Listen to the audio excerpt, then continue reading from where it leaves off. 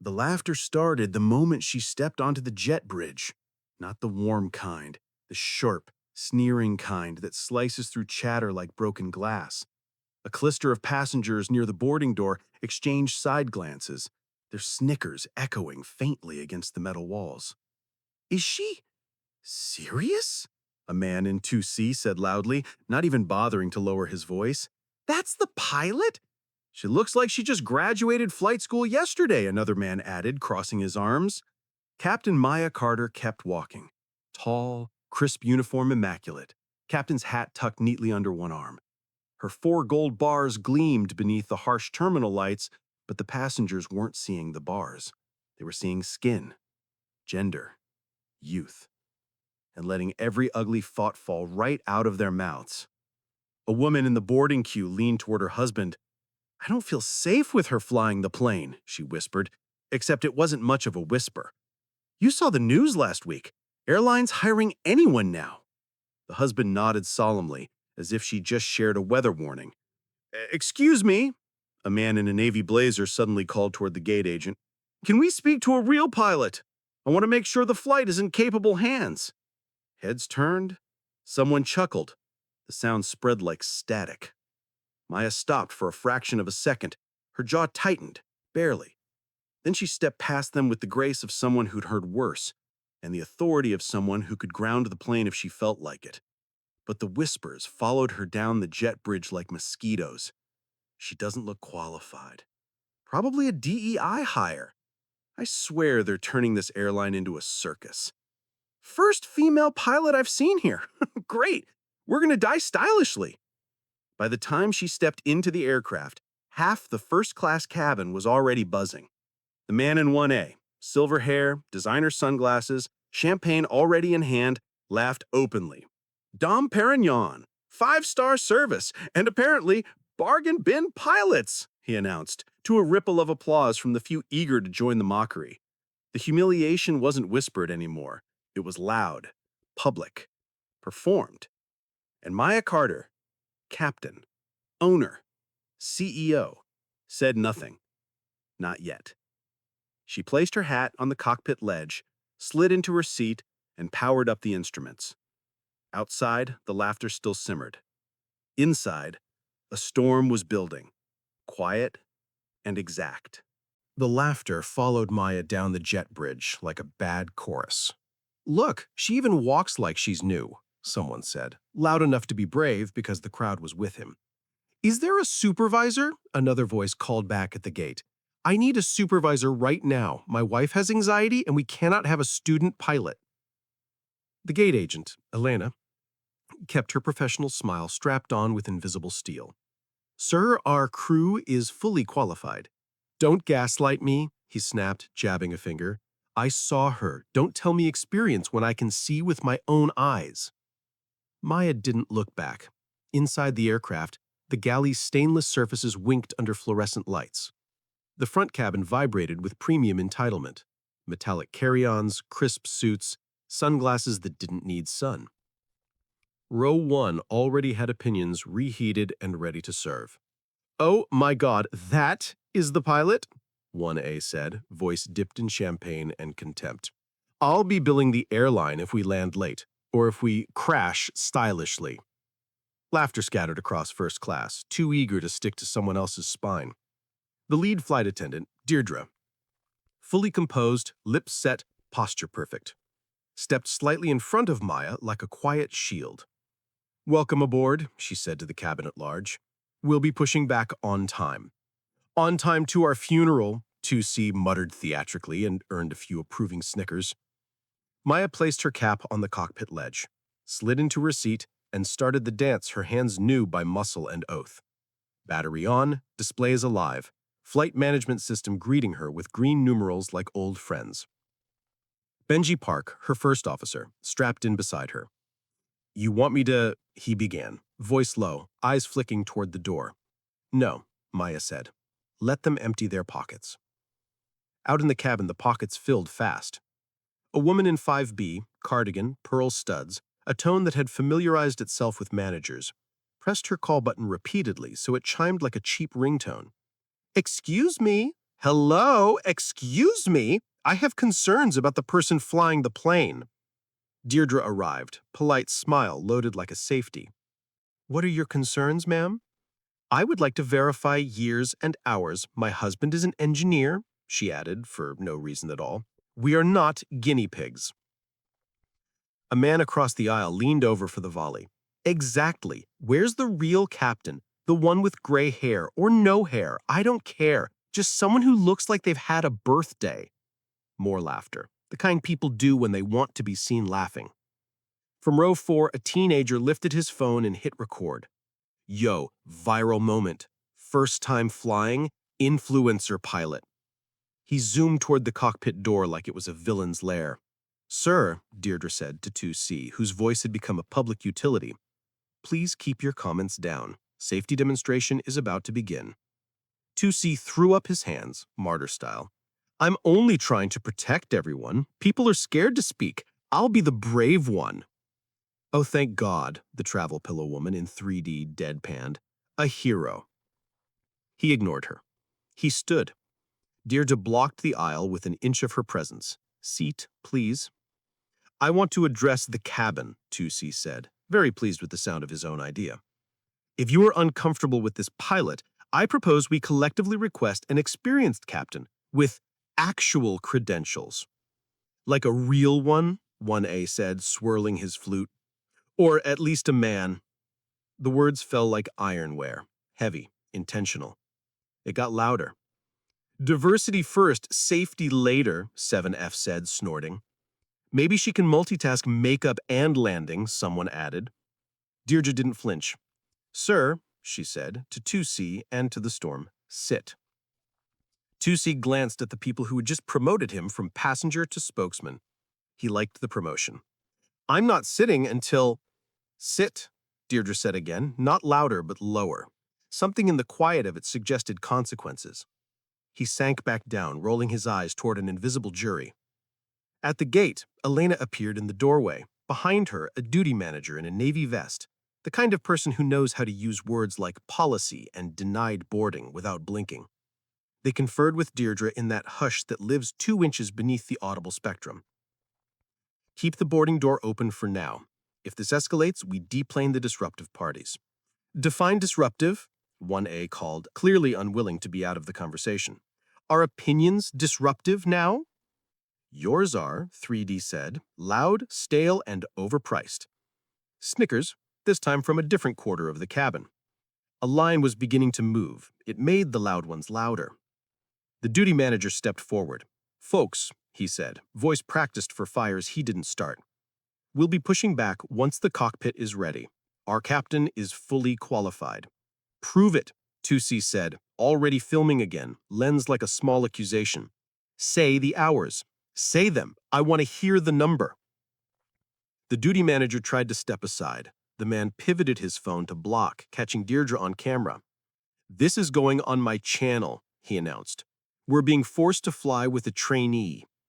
Allegedly, 1A said, grandly. A CEO trainee? Laughter again, encouraged by the sound of itself. Maya continued her flows. She didn't need the words to know the shape of them. Benji made eye contact, the "you want me to PA this out?" hovering unspoken. Maya shook her head once. Not yet. Let them stack their chairs as high as they dared. Let them climb. Deirdre moved to the middle of the aisle for the safety demo. She started speaking. 2C started speaking over her. While our flight attendants perform the safety demonstration, we request to see the person actually flying. Please direct your attention to the front of the cabin. You don't have to film me, Deirdre said to the teenager without looking at him. He lowered his phone by 1 inch and filmed through his hoodie string. And in case of a loss of cabin pressure, we'll lose cabin patience first. A few people clapped at his joke. Someone whistled. Deirdre paused just long enough to reset the power in the room without breaking cadence. She continued. The demo moved forward by force of professionalism, dragging the heckling behind like a tin can on a bumper. At the last line, as she stowed the demo kit, a man from coach, broad-shouldered, ball cap, righteous, strode forward to the first-class curtain with his boarding pass in hand like a badge. Is the captain in there? he demanded, pointing to the cockpit door. I'm a concerned father. My kids are on this flight. We deserve assurance. You deserve to sit down, Deirdre said, her voice calibrated to civil and final. Return to your seat now. You're protecting her, he barked, jabbing a finger toward the door. Because she ticks boxes. The travel pillow woman sighed so loudly it could have been amplified. Sir, if your kids are watching, maybe don't be the example that makes them cringe later. He hesitated, not out of shame, but because there's only so long a man can perform outrage without an audience willing to clap. Then he retreated, muttering something about writing to corporate like it was a spell. Elena caught Deirdre's eye.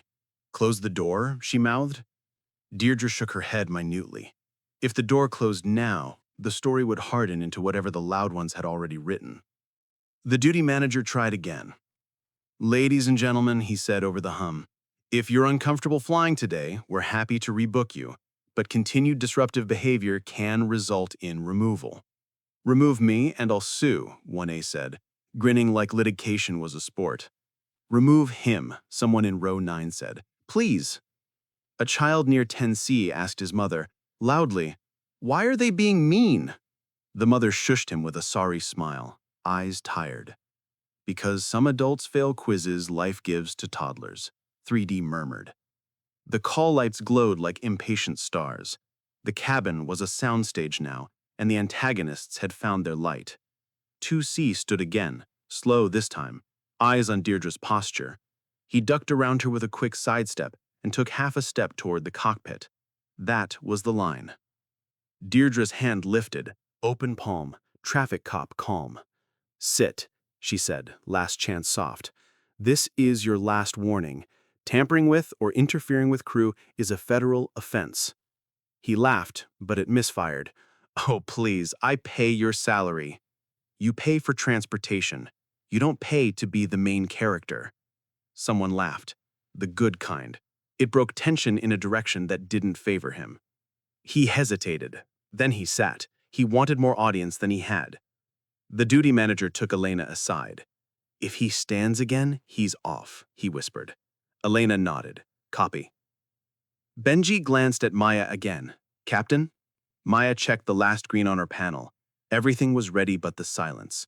She breathed in, slow, as if air could be polished on the way down. Button me throw, she said. Benji tapped the overhead. The PA clicked live. Maya didn't open with the weather. She didn't open with the route. She didn't open with anything that said, see, I'm safe, please like me. Good morning, she said. Voice even, clear, carrying. The cabin quieted out of reflex. In those 2 minutes, we're going to establish a few basics so everyone understands what to expect. The quiet changed shape. Eager, defensive, curious, guilty, all of it. First, I wish you could see your own faces when you look at a uniform like mine. It would save me the trouble of explaining how little your faces matter to how this aircraft flies. A sting, audible. The line was a razor, clean cut, no screaming. Second, she went on, this cockpit was operated by professionals, not debaters, not sparring partners, not actors in your videos, professionals. We will not be performing our resumes on demand. The teenager lowered his phone for real this time. Third, Maya said, if you interfere with my crew again by blocking aisles, refusing seats, or attempting to approach this door, you will not be flying today. I don't care what your status is or how loud your wallet talks. We have policies. The policies have teeth. A hum. 2C shifted in his seat like it had grown thorns. Last thing, Maya said, and there was a faint smile now, the kind you hear more than see. I'll speak with you again once we're airborne. We're going to have a smooth ride. In the meantime, if you need to practice silence, now's a perfect time. She clicked off. The cabin held itself still for a beat, unsure whether to be angry, impressed, or both. Then, like air finding its way around a wing, everything moved.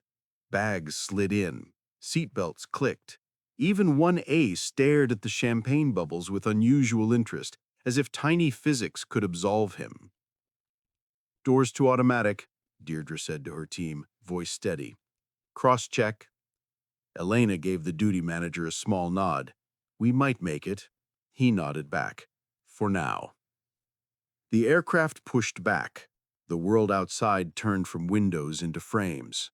Engines spooled, a low, confident thunder that did not ask permission.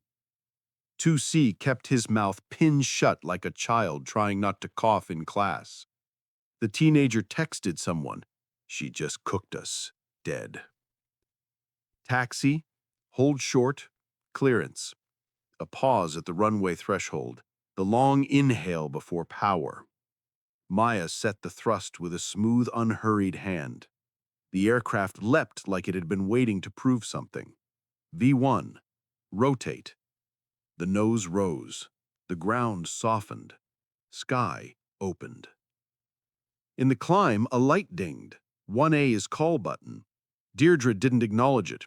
She had a cart to secure and a safety to enforce. The ding came again, pointed and needy. "Deirdre," 1A called, a whisper pitched to reach 6 rows, "are you ignoring first class?" "I'm prioritizing safety," she said, not breaking stride. "You're prioritizing the pilot's ego," he said. "Look, my confidence is shaken. I want assurance. Bring me the supervisor. Bring me anyone." "You had everyone," 3D said, not bothering to whisper. "Sir," Deirdre said when she finally reached him, "what can I help you with?" He lifted his flute and tapped the glass like toast. "I want to make a declaration. If we make it to Los Angeles, I will personally write a letter of complaint and demand a partial refund for emotional distress." "Write smaller. Save ink." He turned his head slowly, theatrically, to look her up and down. "Where did you learn to be this rude?" "In the school where people learn not to embarrass themselves in public," she said sweetly. "Do you have any flight-related requests?" His mouth opened, then closed. He settled for Dom Perignon. "We have Laurent Perrier. It's excellent." "Domestic," he scoffed. "It's French," she said. "Then pronounce it," he shot back, as though French pronunciation would disqualify gravity. Deirdre smiled. "No," she said, and walked away. The back of the plane, which had been listening the entire time, broke into a low, delighted chuckle that rolled forward like a tailwind. 1A reddened. At 10,000 feet, the seatbelt sign pinged off. People reached for laptops, headphones, dignity. The teenage filmer raised his phone tentatively, then lowered it, then raised it again, trying to decide whether a second viral attempt would land better than his first. "Attention," 2C said, louder than necessary, addressing the cabin again as if it were his meeting. "Quick show of hands. Who else would prefer a more experienced sir?" Deirdre said, arriving like gravity. "This is your last warning. One more disruption and we divert. That diversion will be billed to you." He laughed, a brittle sound. "You can't do that," she said. "We can." "If you could, you would have already." The travel pillow woman sighed. "Sir, you're one interruption away from a new hometown called Nowhere. Sit." He finally did, by force of being outvoted by the room. The real turbulence of the day arrived not from the air, but from the forward galley. A clatter, sharp and liquid, then a quick hush, then a voice, small and mortified, one of the junior flight attendants.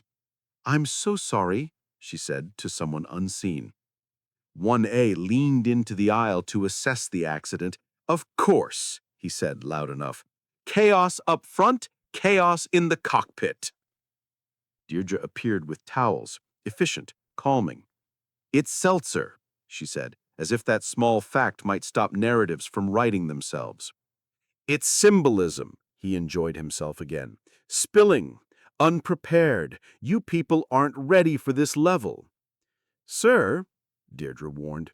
I'm just talking, he said, palms up. Freedom of speech. In a pressurized metal tube, 3D said. Bold. He wheeled on her. You have a lot of opinions for someone who paid for economy and sneaked up here.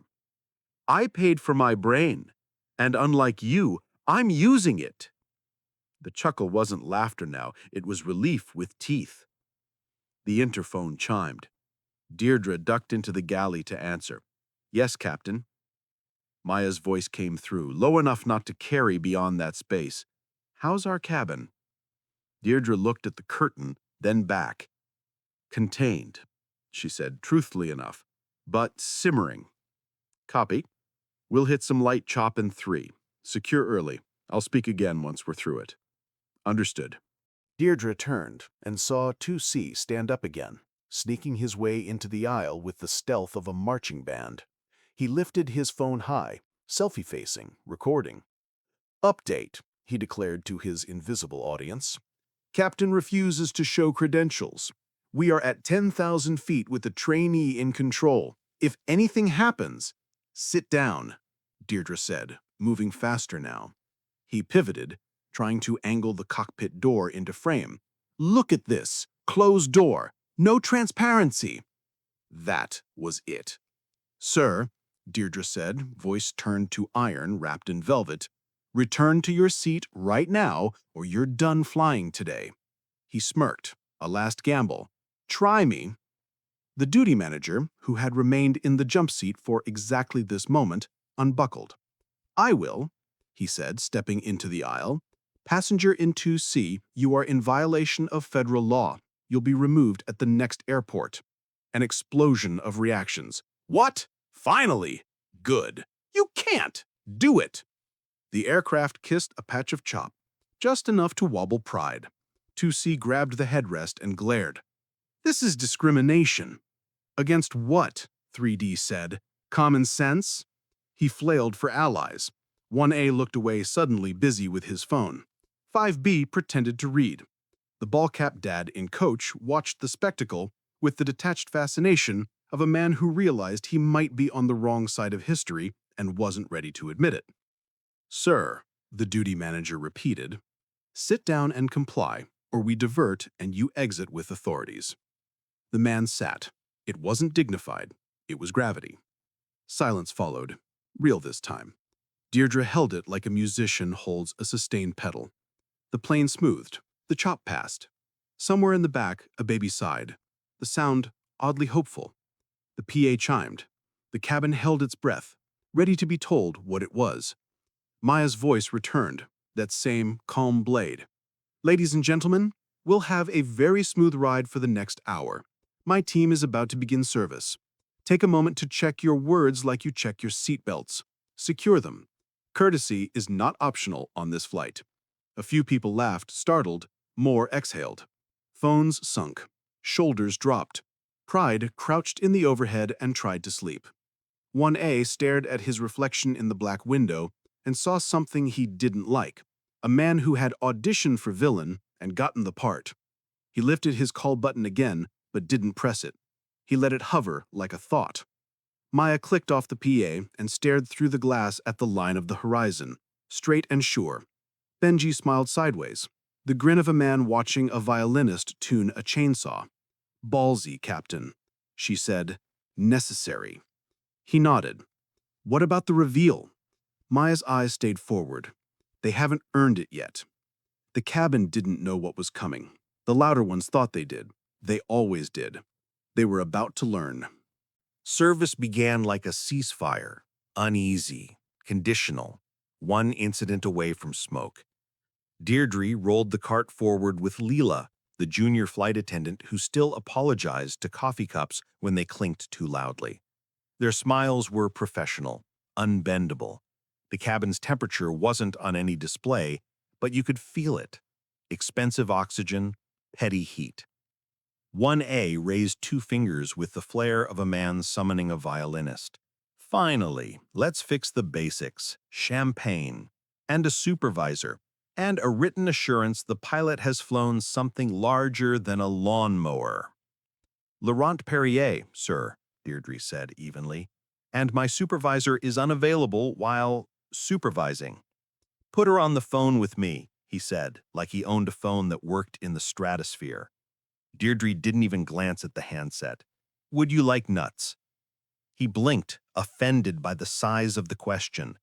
I don't eat airplane nuts. Then you'll enjoy how little they mind, 3D murmured. 2 rows back, 2C propped his phone against the headrest with a pop socket and launched into episode 2. Update. Captain refuses to show hours. Crew threatening diversion. Safety in question. If you care about standards, share this. Leela stepped to him with the bright smile of someone who'd swallowed 3 manuals. Sir, filming crew is prohibited. Please put your phone down. He pointed the camera at her badge, creeping the lens forward a millimeter too far. Smile for the lawsuit. Smile for the no-fly list, the travel pillow woman offered, sipping her water. He pivoted for allies, 5B suddenly fascinated by the in-flight magazine, 1A theatrically busy composing a message to an imaginary board of directors. The teenager in row 4 had his phone too, but he'd flipped it. He was recording them, not the crew, and the audio caption was brutal. Grown men melting on a Tuesday. Deirdre kept moving. She refilled waters, replaced a leaky ginger ale, returned with a warm blanket for the toddler at 10C, whose ears were fighting physics and losing. The kid cried miserably, palms pressed to his head. The mother mouthed, sorry, to everyone. 1A rolled his eyes like pity cost him a percentage. Do you have children, sir? 3D asked 1A, not unkindly. He has standards. Ah, she said. So, no. He set his jaw and held it there like a weight. Up front, the cockpit was steady light and sturdy numbers. Benji watched the green arc of their planned path, then the true winds, a mild crosstail that made the timing elegant. We're skimming a cumulus line, light chop ahead. Maya glanced at the radar returns, calibrated the tilt, nudged the range. Her hands were still and ready. I see it. He looked at her, something like admiration carefully tucked away under humor. We could swap out for an older, balder captain if you want to make them happy. Too late, she said. They already met one. Who? Their reflection. He laughed once, quietly, like you laugh when you're close to the conductor. ATC came in. Oceanic 92. Climb and maintain flight level 370. Climb and maintain 370, Oceanic 92. Benji read back. Maya eased the throttles, trimmed, made lift into language. The first little quiver touched the cabin, barely a tap. Deirdre's eyes went to the overhead bevel where the seatbelt sign lived. It was off, but her posture turned preemptive. She set the brake on the cart. Heads up, she told Leela softly. We'll secure early. From 2C. Here we go. Buckle, folks. Rookie roller coaster. It's called Air, 3D said. We paid to be in it. He smirked, panning his phone to the ceiling. And now the turbulence. A bell dinged from mid-cabin, not a call light. The chime, 2 quick notes, from Benji's side, TCAS. Maya's eyes flicked. The display painted a ghost, then filled it in. Traffic ahead, crossing, same altitude, blip turning yellow. Benji's hands hovered, muscle memory rehearsing the move nobody wants to need. The RA hit. The airplane spoke in that cold, firm synthetic that makes your blood behave. Traffic, traffic, climb, climb. Benji's glance found Maya's. She was already there. Hand to autopilot, click out. Palm to thrust, smooth push. Nose up to the commanded pitch bar with the ease of someone changing the key in a song. Climb, she said, not urgently, just exactly. Vertical speed plus 2,500. The engines deepened their voice. The seatbacks pressed 200 spines an inch deeper. A few gasps. A plastic cup rattled and went quiet. 1A's champagne made a tiny crystalline bell at the rim. 2C's phone wobbled and captured only ceiling. blue LED dots flickering like a swarm. What? What is happening? He said, the sentence mid-upload, mid-bravado, unfinished in a way that told the truth about him. Maya kept the climb on the bars, not too steep to slap the passengers, not too gray to stir fear. The resolution advisory shifted. Clear of conflict. Level, she said. Benji reset the autopilot. The aircraft breathed back into its lane, as if the sky had tugged a sheet straight. Benji exhaled and grinned sideways. Nice violin. Practice, Maya said. She keyed the mic. Center Oceanic 92, responding to RA, returning to 370. Oceanic 92, roger, ATC said, sheepish enough that you could hear a shrug through VHF. In the cabin there was a second silence, the kind that arrives after nothing bad happened because something good did. The travel pillow woman looked down the aisle, eyes wide with respect. She didn't turn into applause because she understood the rhythm of authority. Let it stay holy a second longer. 1A found his voice first because of course he did. Was that necessary? He demanded at Deirdre, whose hands were already on the cart, securing, calm returning like water to a flat bowl.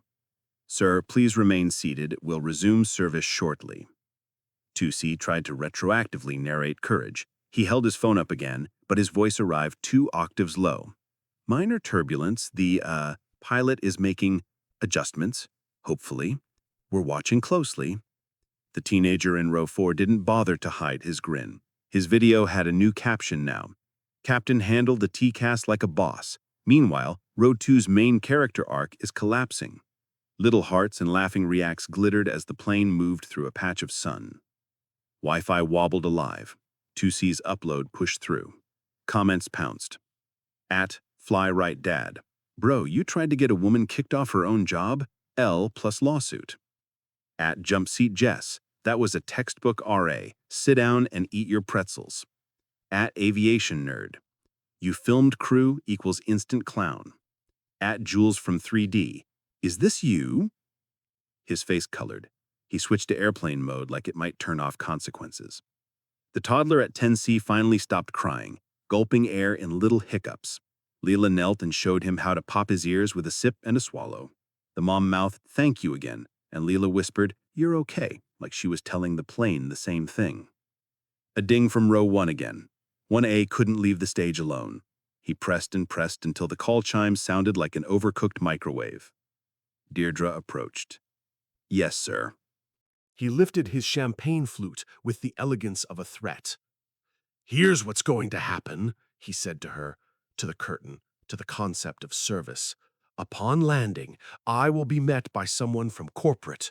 You will be disciplined for your insubordination, and I will be refunded. All of it. Try smaller wishes, like a nap, Deirdre offered. He ignored her.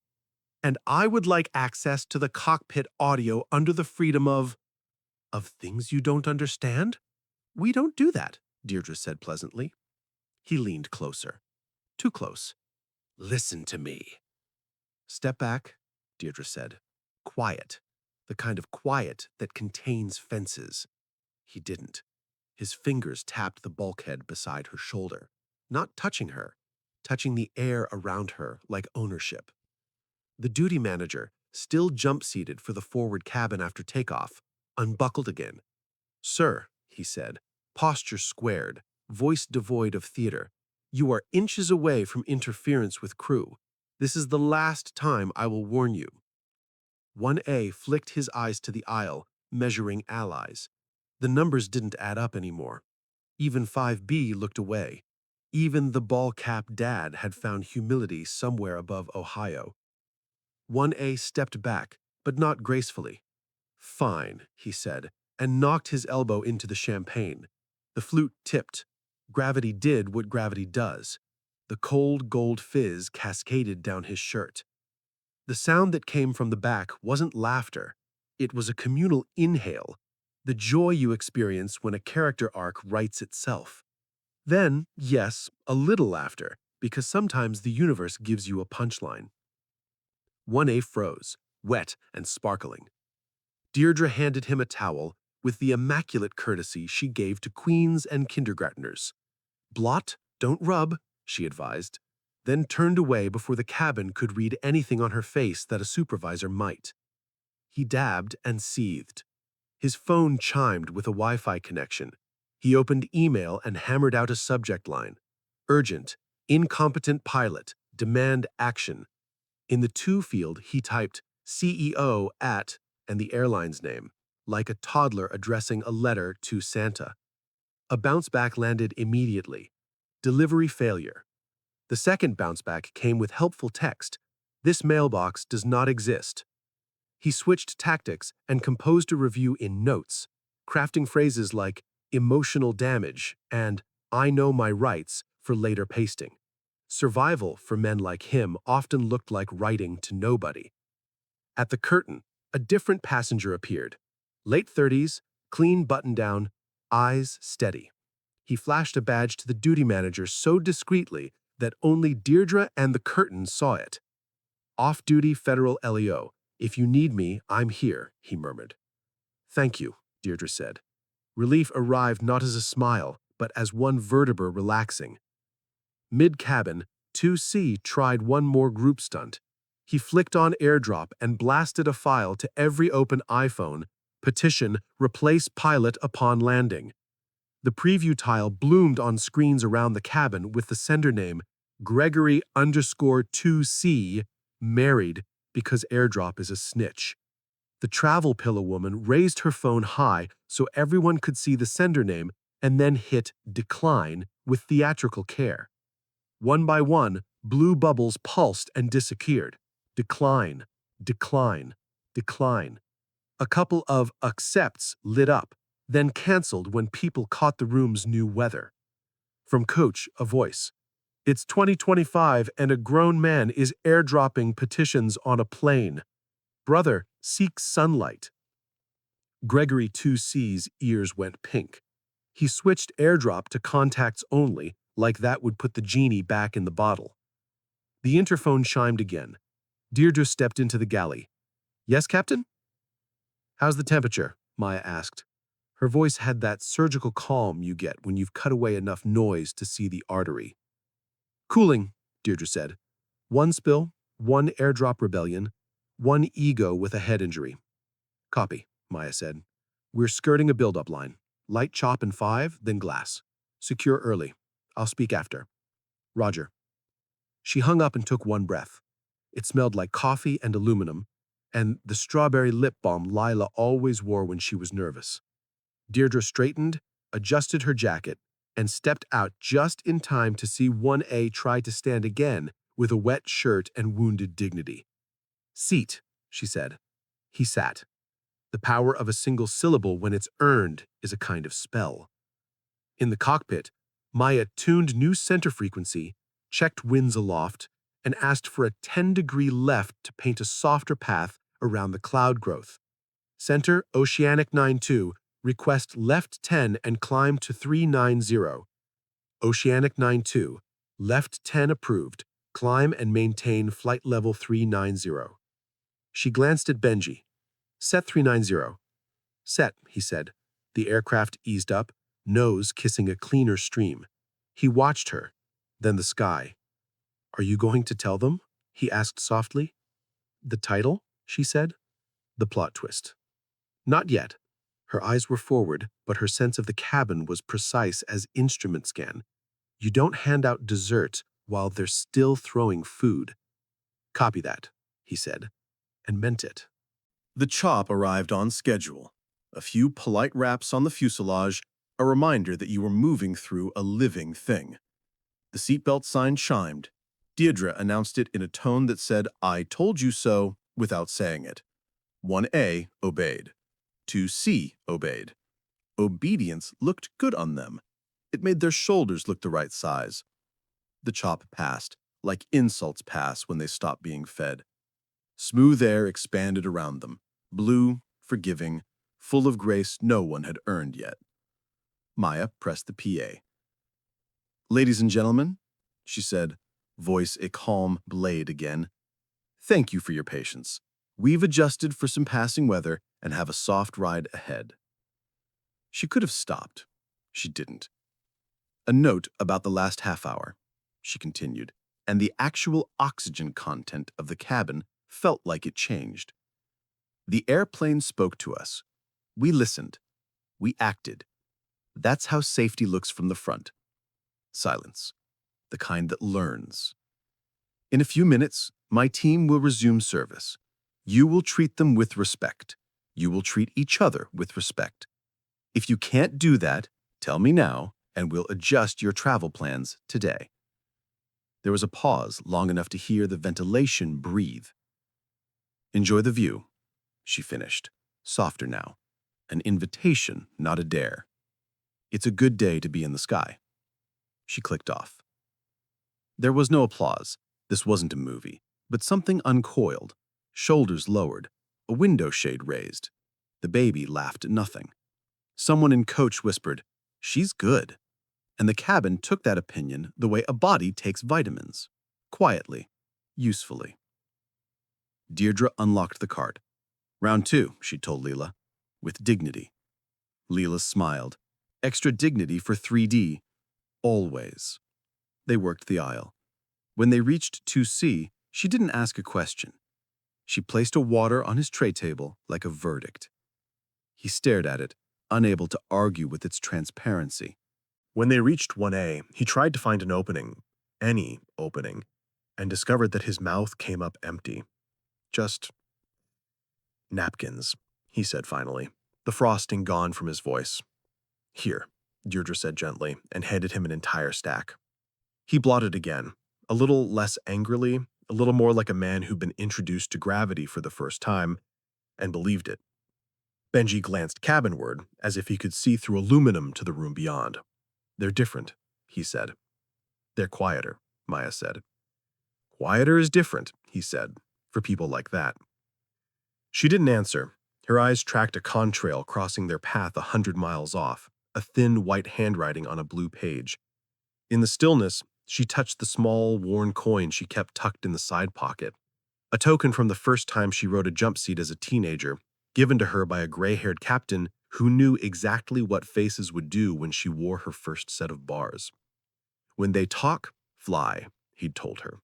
"When they shout, fly better." She'd made it a religion. Mid-cabin, the teenager's phone buzzed with an avalanche of notifications. He couldn't help it. He leaned across the aisle to 2C and showed him the screen sideways. The man looked. The top comment on his own video had 70,000 likes in 10 minutes. At Cabin Common Sense, imagine opening your mouth this wide at 35,000 feet just to be proven wrong in real time. Under it, someone had found 2C's LinkedIn picture and stitched it under the caption, "Head of Loudness, Flight 92. Someone else clipped Maya's first PA, "If you need to practice silence, now's a perfect time," and set it to a beat. It was already becoming a sound. 2C swallowed. He put the phone in the seat pocket, then took it out because the pocket felt like a punishment, then put it back in because he didn't trust his hands. 1A's device chimed too. His email to CEO at Airline bounced again, this time with a helpful tip. "Please verify the recipient address." He typed "press at" with fury and stared at the blank body and realized he had no story to tell that made him the hero anymore. He glanced toward the cockpit door. The rectangle of it was inert, indifferent. He blinked, chest rising. His jaw worked around a new line he'd never practiced. "I was wrong." The words didn't reach his tongue yet, but you could see them checking in at the gate. Deirdre reached 3D. "Refill?"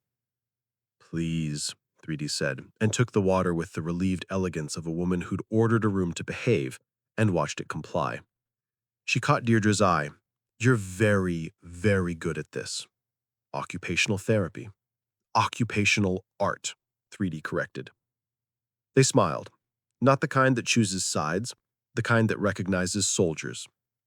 The duty manager slid back into the jump seat, finally taking a long breath. "If this keeps, we'll make it without paperwork. We'll still document. Names, times, airdrops." "Airdrops," he repeated, faintly amused.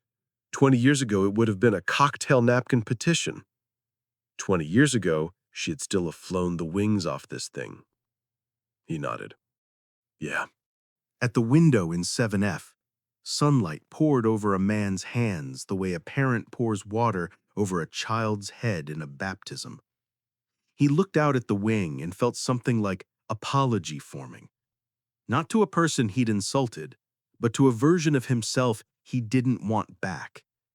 He reached up, pressed the call button, then reconsidered and pressed it again. Lila came. Yes. Can I, is it possible to write a note to the captain for later? Lila softened by 2 degrees. Yes, we can deliver it after landing. He nodded, embarrassed by his own sincerity. Thank you.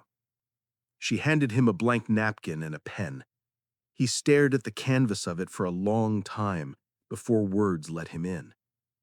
Up front, Benji looked at Maya. All right, he said, I'll stop asking. Stop asking what? When you're going to drop it. Maya's mouth tilted. She said, eyes never leaving the horizon, when it can't be spun. Benji chuckled. Can't be spun? On a plane, that's your best joke yet. She let herself smile. Not much. Enough. Below them, states slid by like sleeping giants with their backs to the sun. The airplane hummed. The room they'd built, the aluminum one, the social one, held. And if you listened, there was a new sound under everything. The quiet scrape of pride backing down the aisle, headed for the back galley where it might rinse off and return as something you could actually swallow. They weren't there yet, but they were pointed there. For 20 blessed minutes, the flight behaved like a well-trained dog. The wing held a steady line in the sunlight. The passengers chewed their pride like gum and tried not to blow bubbles. Even 2C, Gregory, pressed his lips into a line like he was practicing for a passport photo. Then Leela smelled it. A thin, plasticky note curled out of the forward galley, faint, sour, like an extension cord left too near a heater. Her eyes flicked to the coffee maker. The green ready light winked, but the carafe plate glowed hotter than usual. Deirdre, she whispered. Deirdre was 2 rows up, pouring water for an aisle of people who had abruptly rediscovered thirst. She turned, saw the tiniest thread of steam that wasn't steam, set the bottle down, smile never cracking. Break. Now. Leela kicked the cart brake, glided to the galley, and hit the galley master off. The hum cut. The smell thinned, but it was there, the ghost of something that wanted to be a problem. Deirdre lifted the handset. Flight deck? Go, Maya said, the word ready. Possible electrical odor forward galley, Deirdre reported. Calm, specific. Source unknown. We've depowered the galley, no visible smoke. In the cockpit, the reflex was older than any insult and sharper. Maya's hand moved to the checklist binded without looking. Copy. QRH smoke fumes galley, she said to Benji. Monitor bearings. Set recirc. Benji reached and the systems obeyed, airflow shifting as if the cabin were a lung and Maya had modulated its breath. He glanced at ECAS. No messages. Pressurization rock solid. No cautions. Trim normal. Deirdre, Maya said. Interphone steady. Leave the master off, confirm no heat, and isolate the coffee unit. If it persists, pull the circuit breaker. On it, Deirdre said. She touched the panel back of her fingers first, gauging heat the way mechanics do with patience. Warm, not angry. Leela popped the service door latch to the coffee unit and saw a hair-thin strand of browning plastic, like a melted tie. She switched the unit off at its own toggle. The smell eased a degree. Units off, odor dissipating, Deirdre reported. We'll pull the breaker and tape. Good, Maya said. We'll monitor. Thank you. Deirdre hung up and pivoted into the aisle. The choreography of competence was a kind of music. She'd barely stepped out when 1A's nose twitched dramatically. Do you smell that? He announced to a 5-row radius. That's burning. I knew it. I said this from the beginning. Every nearby head whipped instinctively. Humans are honest in one way. They turn toward threat. It's a minor equipment issue, Deirdre said, loud enough to preempt panic. We've powered it down. There is no safety concern. Minor, 1A repeated, blasting the word like a siren. There is a fire. There is not, Deirdre said. Ladies and gentlemen, he boomed, making sure his voice got to Coach. If you care about your life, we need to demand a diversion. We cannot be flown by a novice while the plane burns. Sir, Deirdre said, pivoting to face him head-on, if you continue to cause alarm, you will be restrained to your seat and met by authorities. Sit down. He barked a laugh. For speaking? I own a company. I know emergency protocols. Which company? 3D asked sweetly. Screaming and Sons? He stood. Of course he did. Deirdre stepped into the aisle, blocking him with a body that knew the exact size of the space. The duty manager unbuckled from the jump seat. The off-duty Leo stood in the curtained shadow and folded his arms, badge not visible but suddenly present. Sir, the duty manager said, voice professional as a dotted line. Sit down, now. 1A looked for support and found less of it than he was used to. 5B stared at her cuticle with intense interest. 7F mouthed, don't. The travel pillow woman met his gaze with a stare so flat that it absorbed him. Then he sat. Hatefully. Loudly. Behind him, Gregory sensed oxygen and tried to stoke it. If there's smoke, we deserve transparency. I'm documenting. The forward lavatory alarm shrieked. Nothing makes a cabin shut up like that noise, a hard, electronic bleat that slices through chatter and humor and makes your heart do arithmetic. The red light over the lav blinked like it had teeth. Forward lav alarm, Lila said, already moving. Deirdre was 2 steps behind, tension gone from her ankles, all muscle memory. She knocked. Occupied? Are you okay? No answer. Just the steady scream of an angry detector. The duty manager arrived as she keyed the override and cracked the door. It swung open on a puff of dense, sweet-smelling vapor that was absolutely not fire. 1A stepped into the aisle as if he'd been yanked by a string. Smoke! He cried, triumphant and terrified. I knew it! I said... Deirdre held up the offender like a trophy. A sleek, ridiculous cylinder glinted between 2 fingers. Sir, she said, eyes sweeping the cabin, someone is vaping in the lavatory. The cabin exhaled in one sound, half laugh, half groan. Even 1A's triumph tripped. Deirdre didn't look at him. She looked at the duty manager and the LEO, who was already stepping forward with the calm of a chess player. The LEO nodded. I've got it.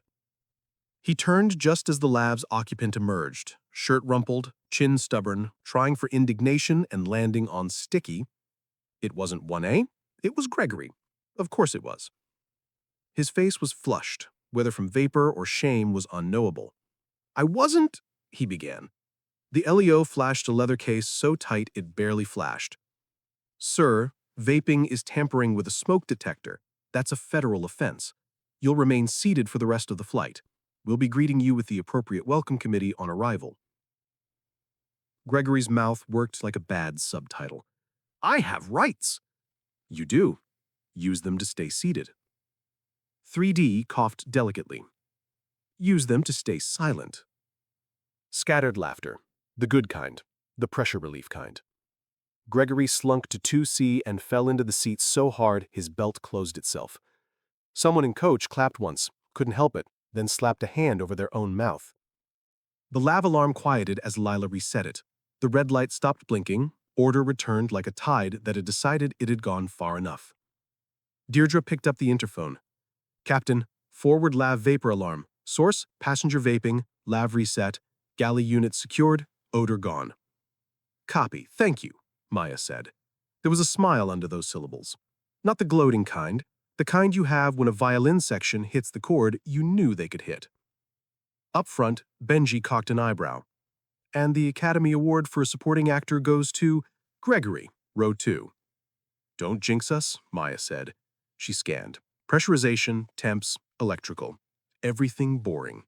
Beautifully boring. She touched the QRH page and then the log line where she'd write it later. FWD GA coffee unit, odor, D-power, CB pulled, no further. Are you ready for a cabin-wide reset? Benji asked. Maya nodded once. Let's teach. The PA chimed.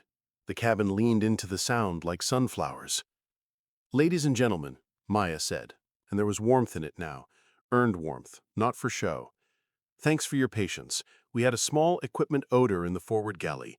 The unit's been shut down and secured. We also had a lavatory smoke alarm. That's resolved as well.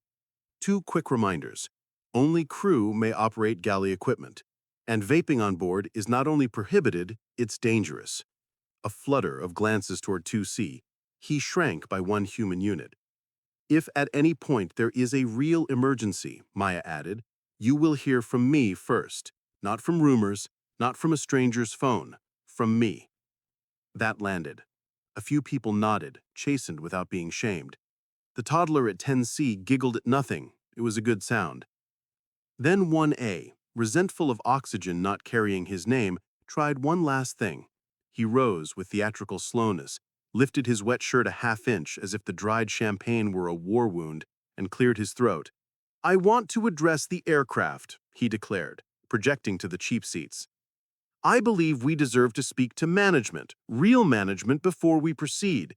We need to talk about refunds, accountability, and the danger we were put in by... He gestured vaguely toward the cockpit door, like it was a person at a party he intended to slander without naming. The duty manager opened his mouth, then closed it as the interphone chimed in his ear. Deirdre listened, then straightened, like gravity had turned friendly. Stand by, she told the duty manager. To 1A, she said, ask and it shall be answered. Kindly return to your seat. He smirked. Finally, someone's coming who can make decisions. Oh, 3D said softly. Someone is. Deirdre faced the cabin, shoulder square, chin level, every inch a herald. She picked up the handset and, with a stagecraft that would have gotten her a matinee, said, Ladies and gentlemen, your captain would like a word. Silence gathered like a cloak. Maya didn't rush. She let the quiet starch itself. Then she pressed the PA and spoke in that patient, precise register that had cut through panic and made grown men obey. Thank you, she said. Here's how this is going to go. We're going to complete this flight safely. We're going to treat each other like adults. And we're going to correct one last assumption before we put this to bed. She didn't sell it. She didn't gild it. She set it down. My name is Captain Maya Carter, and I am accountable for every mile of this aircraft. If you want to speak to management, she let the word breathe, you're already doing it. A ripple. Not yet the punchline. The beat before it.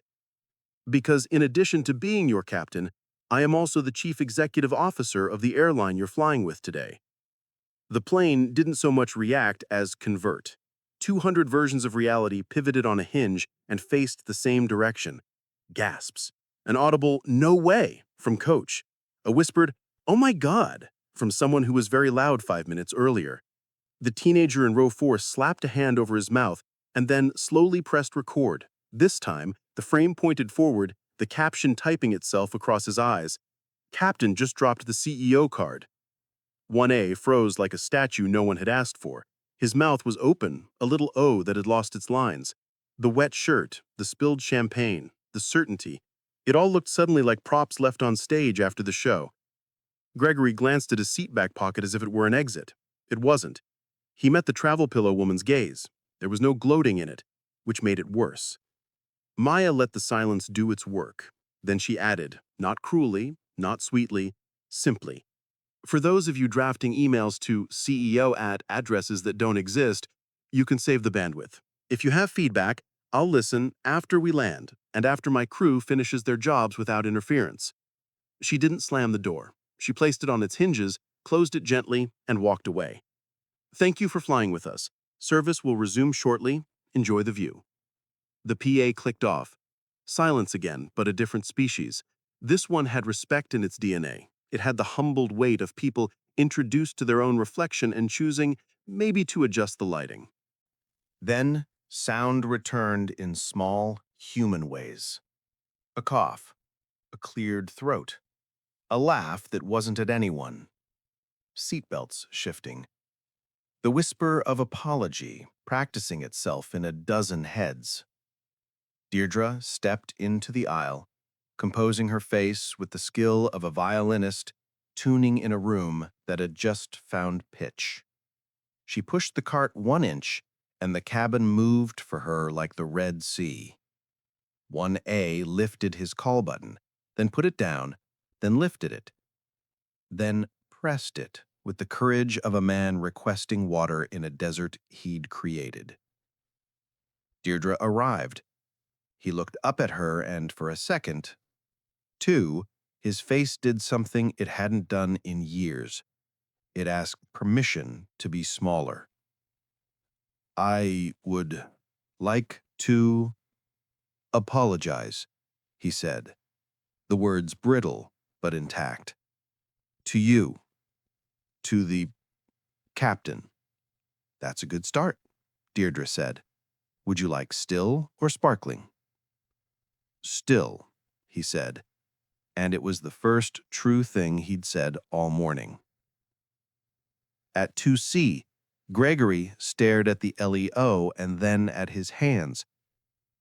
"Am I—" he began. "You're still meeting us at the gate," the LEO said, not unkindly, "but you can stop digging."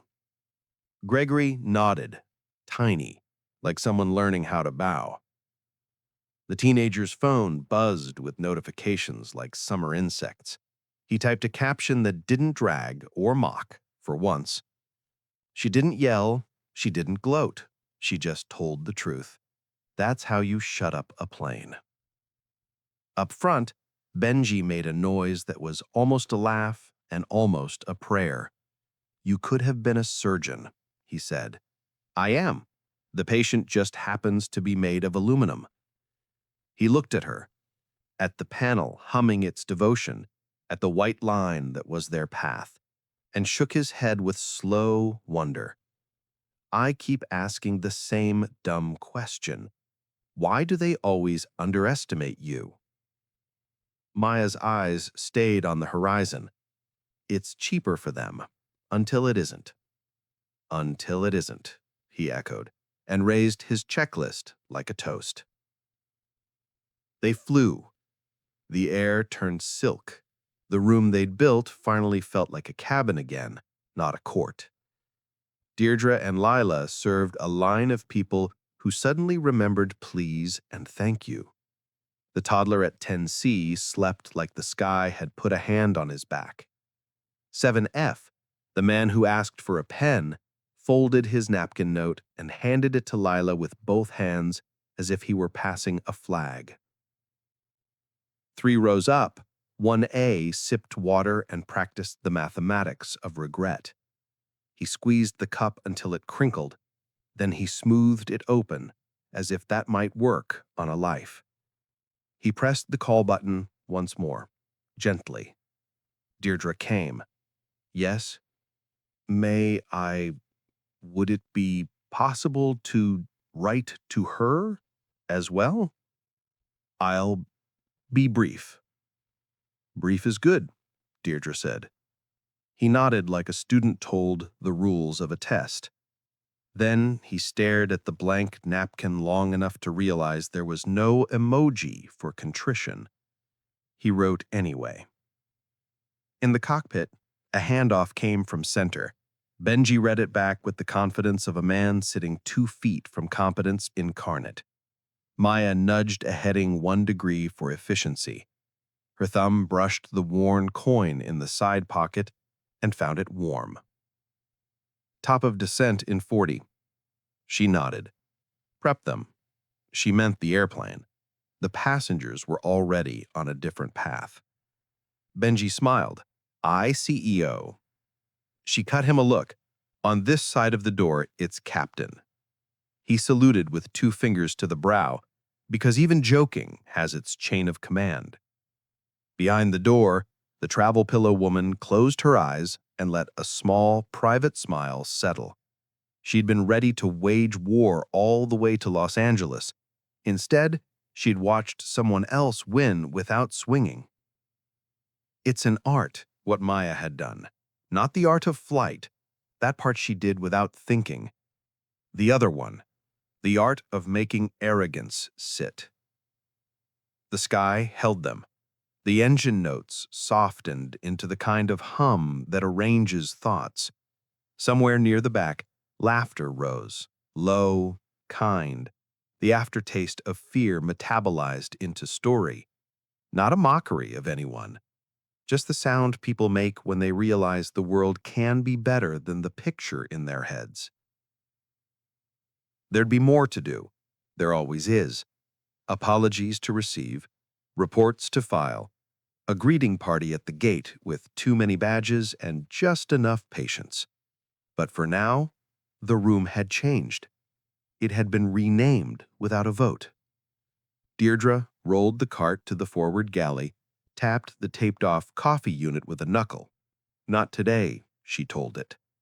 Then she touched the handset, and her voice floated down the aisle, simple as a mercy. Coffee's on pause. Respect is not. Top of descent slid toward them like a line they'd agreed to cross. Benji pointed to the VNAV path that glowed, green and smug. "ATIS has gusts on short final," he said. 15 quartering. Maya nodded, already trimming the picture in her head. "I'll take the landing." "Affirm," he said, like he'd ever doubted. In the cabin, Leela moved quietly through the aisles, collecting napkin notes. 7F folded his once, twice, the way you fold something you wanted to say 10 years ago and finally found words for. 1A sat very still, a half-crumpled cup on his tray, pride cooling into something heavier. He held up a blank napkin, then put it down, then picked it up again, and with a grimace that looked a lot like growth, started writing. Deirdre skimmed each note only far enough to verify it wasn't a request to arm a door midair. For Captain Carter, one read, steady handwriting, no flourishes. "I was wrong." Another, messier, "Thank you for today. Thank you for everything." 1A's script was spiky and formal. To the captain, "I behaved beneath the standard I demand of others. I apologize to you and your crew." He hesitated, then added smaller, "Congratulations on your success. You earned it." Deirdre smudged that one under the rubber band with the rest. The seatbelt sign chimed on. People straightened like the airplane had just called their names. Deirdre's voice floated down the aisle, velvet with steel under it. "We're beginning our descent. Please stow items and return your seat backs and tray tables to the upright, yes, upright, row 9 position." Up front, the sky darkened by a shade as the nose tilted down and the world rose to meet them. Vectors came like calm instructions. Oceanic 92, descend and maintain 12,000, reduce to 250 knots. Descend 12,000, speed 250, Oceanic 92, Benji read back. The teenage filmer in row 4 lifted his phone, opened the camera, then closed it again. This part didn't need a lens. Some things are better when you watch without thinking who else will. Maya briefed the approach the way musicians count for a hard entrance. Wind shear advisory noted. Runway 24 left, ILS tuned and identified. Missed approach reviewed, not because she'd need it, but because professionalism is a promise you make to the outcome before it happens. "Final items," Benji said. "Final items," Maya echoed. Her hands were exactly where they needed to be and nowhere else. Clouds reached for them like slow smoke. The city made a great chessboard beneath. The localizer snapped alive. The glide slope winked its invitation. The quartering wind poked. She answered with the calm of a hand on a wild horse's neck. "Approach stabilized," Benji said. "Continuing," Maya replied. Over the threshold, the gust kicked, one last petty shove. Her wrist gave how much was needed, no more. Flare, pause, settle. The mains kissed concrete so softly it felt like a favor. Reverse spooled firm and exact. D-cell rolled through 200 tired bodies like mercy. A smattering of applause tried to be born, and then decided not to be corny. Even 1A exhaled in a strange, shaky way and didn't pretend it was anything else. The toddler at 10C clapped twice without caring about coolness. Grown men smiled because he could. "Welcome to Los Angeles," Deirdre announced as the airplane vacated the runway. voice bright but dignified. Please remain seated with your seatbelts fastened until the captain turns off the seatbelt sign.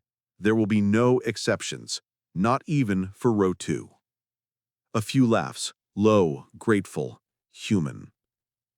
They taxied. Airport geometry unfolded. Blue lights, yellow lines, tugs trundling like patient beetles. Ahead, the jet bridge was extended and waiting, an aluminum handshake. At the jetway, 2 uniforms stood beside a local PD officer and an airport operations rep. The duty manager clocked the cluster, nodded once. "They're here," he murmured to Deirdre. "Copy," she said, and tightened the rubber band around the napkin stack. Chocks in. Engines rolled down through velvet to quiet. The seatbelt sign pinged off. 2C, Gregory, flinched at the sound like it carried his name. Maya keyed the APA one last time, voice steady and ordinary in a way that felt like grace.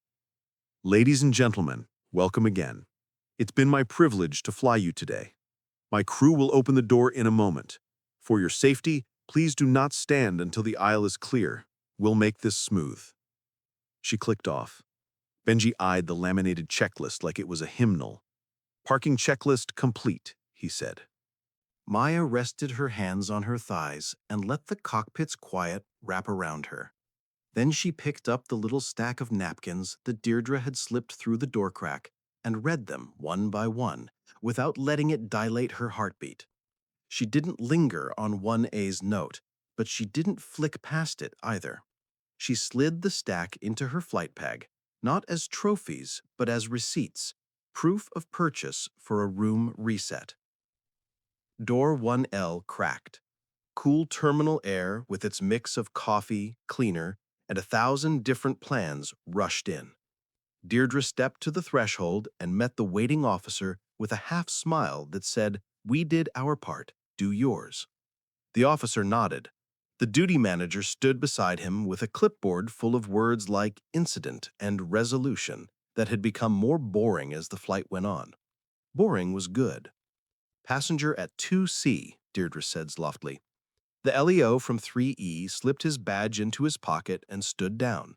This was now airport police and operations. He gave Deirdre a little 2-finger salute anyway. "Anytime," it said. "Row 2 remains seated," Deirdre announced. "Everyone else, please stay in your seats until we've completed a quick conversation at the front." Gregory tried to do the thing men like him do, talk his way into a different reality. "I was documenting a safety violation," he said as the officer approached. "You can't penalize a concerned citizen." "Sir," the officer said, kind but granite. "Stand up slowly, grab your bag. We're going to have a conversation off the aircraft." "On what grounds?" Gregory demanded, still half attached to the seat, as if it could argue for him. "Tampering with a smoke detector, interference with crew, and whatever additional charges operations would like to discuss." The duty manager lifted his clipboard. "We'll be very reasonable," he said, tone dry. "You'll also be very quiet." A hush formed like a ring. Phones did what phones do, but most people pointed their eyes instead. 3D didn't smile. She watched with the calm attention of someone who had sat through too many trashy endings and was grateful for a good one. Gregory finally stood. He looked down the aisle for allies and found only upholstery. He glanced back at Deirdre, whose expression was the neutral professionalism that is worst to argue with. When the officer guided him to the door, a low murmur moved through the cabin, neither jeer nor cheer. The teenage filmer kept his phone in his pocket. He would write later, but he wouldn't gloat now. Gregory stepped onto the jet bridge and disappeared into a corridor where consequences live. The cabin exhaled. The duty manager gave Deirdre a micro-nod. One down. 1A remained. He didn't stand. He didn't press the call button. He just sat, watching the doorway like it was a mirror, and he didn't like what it showed. Finally, he arose, slower than a man of his money usually does, and moved to the front, palms open, eyes level. "Ma'am," he said to Deirdre, "if it's possible, I'd like to apologize to the captain, if she's able to receive it." Deirdre weighed that. She knew the choreography of boundaries, She also knew closure when she saw it looking for a home. She tapped the cockpit and leaned in. Captain, 1A requests to apologize. Your call. Maya considered it for a breath. She unbuckled, stood, and placed her hat under her arm. When she opened the cockpit door, the forward galley seemed to shrink. 1A straightened like a student called to the head of the class. He opened his mouth. Words stalled. He tried again. Captain Carter, I behaved badly. I assumed. I disrespected your uniform, your crew, your, he swallowed, authority. I'm sorry. She did not smile. She didn't scowl. She treated the apology like an object placed in her hand. Wade acknowledged. Thank you, she said. You'll direct any further comments to my crew. He nodded, eager, chastened. Yes, of course. And one more thing, she added, so gently it almost didn't cut. When you talk about standards, start with yourself. It'll make every flight smoother. He blinked. Yes, Captain. She nodded him aside. Have a good day.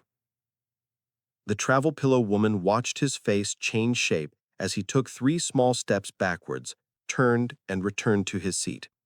She didn't clap. She didn't need to. The line began to move. Bags thunked down. Overhead bins yawned open like mouths swallowing luggage and pride. People filed past Deirdre with thank yous that sounded like they meant it.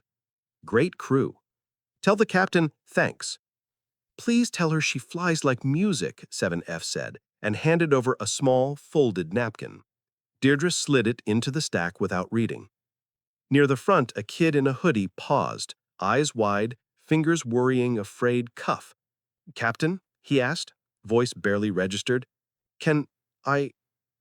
Maya leaned an inch to him. He whispered, I want to do what you do. She didn't give him a speech. She gave him a sentence. Start tomorrow. Flight schools love people who start. He nodded like he'd just been made mayor of something you can't see. Yes, ma'am. He moved on lighter than he had arrived. Passengers stepped into the jet bridge and into their own stories again. A small knot of gate agents had paused beyond the door. On the wall by the podium, a framed poster displayed the airline's leadership, a grid of faces, mission statement under it. In the top left, captured in clean light, Maya Carter, Chief Executive Officer, looked out at the terminal with the same steady eyes she'd had at rotation. A few disembarking passengers stopped, did a soft double take, and then glanced back into the aircraft with amazed little smiles. Proof, not rumor, a name with a face. 1A saw it last. He paused long enough to read the placard, the title, the date beneath it, the little quote about safety and respect the design team had chosen months ago. Color washed out of his face, returned, rearranged. He didn't say anything. Finally, he lifted his phone, not to film, but to delete, thumb moving like a prayer. When the last roller bag was gone and the forward galley was only stainless and tape and the sweet after scent of strawberry lip balm, Deirdre turned to Maya with a look that meant 100 things. Cabin's clear, she said. Thank you, Maya replied. She gathered the napkin stack and tucked it into her bag, not because she needed them, but because the people who wrote them did. Benji popped his head out and grinned. Madam CEO, he said under his breath. Excellent crosswind. She deadpanned. I prefer captain. The other one just pays for fuel. He laughed. Quiet. Yes, Captain. Paperwork. Sign-offs. A quick debrief with the duty manager, in which the words documented, compliant, no injuries floated between professionals like chess pieces finding their squares. The airport officer returned Gregory's confiscated vape in an evidence bag, and walked away with the kind of bored competence that says, "You're no story to me." Operations took statements without theater. The off-duty LEO shook Deirdre's hand and vanished into the terminal crowd like a magician reversing a trick. Finally, it was only crew. The airplane ticked softly as it cooled. Through the windshield, another arrival made a little puff of tire smoke and then leaned into the center line like Grace. Deirdre leaned on the jump seat frame. "You know," she said, "if you'd wanted an easy day, you could have faked laryngitis." Maya's mouth tilted. Then who would have tuned the room? "True," Deirdre said. "Next time I'll request a megaphone." "Next time," Maya replied. And the two words did not mean she wanted one. They shouldered bags. They stepped into the jet bridge. Gate noise swallowed them. A different chorus. Less cruel, more ordinary. A few passengers lingered, unsure whether to approach. Maya gave them a small nod that meant thank you for being decent when it counted. It was enough. At the podium, the framed leadership poster caught a slice of light. The quote under Maya's photo read, "Respect is our minimum altitude." Some designer had thought it clever. Today it felt like instrumentation. Deirdre saw 1A standing near the window, staring at the poster. He caught her eye. He didn't attempt more words. He pressed his lips together, tipped his head once, a small awkward bow, and left. Maya turned toward the concourse. A kid in a hoodie waved from behind his mother's leg. She lifted 2 fingers off her flight bag handle in a return salute. Then she walked on. The airport swallowed the story and began making another. If power flips and poetic justice are your thing, hit subscribe for more billionaire twist stories that shut rooms down. Like, share, and drop your city for a shout-out. Lesson: real power doesn't yell, it executes. Tell me the line that proved it.